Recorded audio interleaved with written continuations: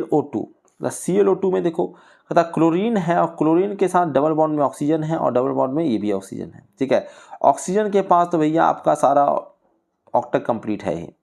ठीक है, या अगर ऑक्सीजन के पास जोड़ने जाओगे तो 2 2 4, ठीक है, 4 4, ये बॉन्ड में जो 4 4 है तो 8, तो ऑक्सीजन के पास तो 8 इलेक्ट्रॉन पूरा है। लेकिन क्लोरीन के पास देखें, क्लोरीन के आउटरमोस्ट ऑर्बिट में कितने इलेक्ट्रॉन होते हैं जी? तो कहता है 7 इलेक्ट्रॉन होते हैं। ठीक है, 7 इलेक्ट्रॉन पहले देख लो उसका। ठीक है, 7 इलेक्ट्रॉन उसका वाला कहाँ है? तो कहता है 1 यहाँ, 1 2, ठीक है, 2 यहाँ, 3 यहाँ, 4 यहाँ, 5 यहाँ, 6 यहाँ और 7 यहाँ।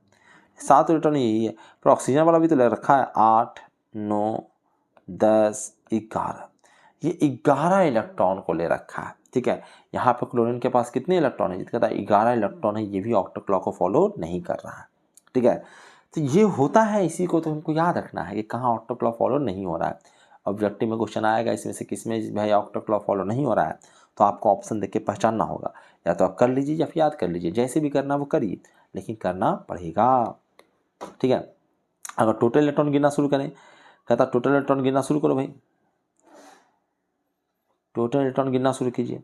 कहता टोटल इलेक्ट्रॉन में 2 को यहाँ पे है, 2 2 4 4 8, ठीक है, 9 10 11 11 4 15, ठीक है, 16 17 18 19। कहता कितने आउटरमोस्ट ऑर्बिट में इलेक्ट्रॉन हो गया जी? कहता 19 जो है यहाँ पे कुल संयोजी इलेक्ट्रॉन की संख्या हो गया।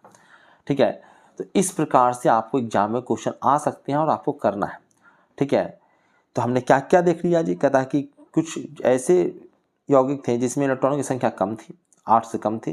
कुछ ऐसे देखे जहाँ पर 8 कुछ से ज़्यादा थे, और फिर हमने कुछ ऐसा देखा जिसमें विषम इलेक्ट्रॉन रहा। ठीक है, तो विषम वाले में भी, जिसमें विषम इलेक्ट्रॉन है उसमें भी ऑक्टेट लॉ पूरा नहीं हो रहा था, ऑक्टेट लॉ फॉलो नहीं हो रहा था।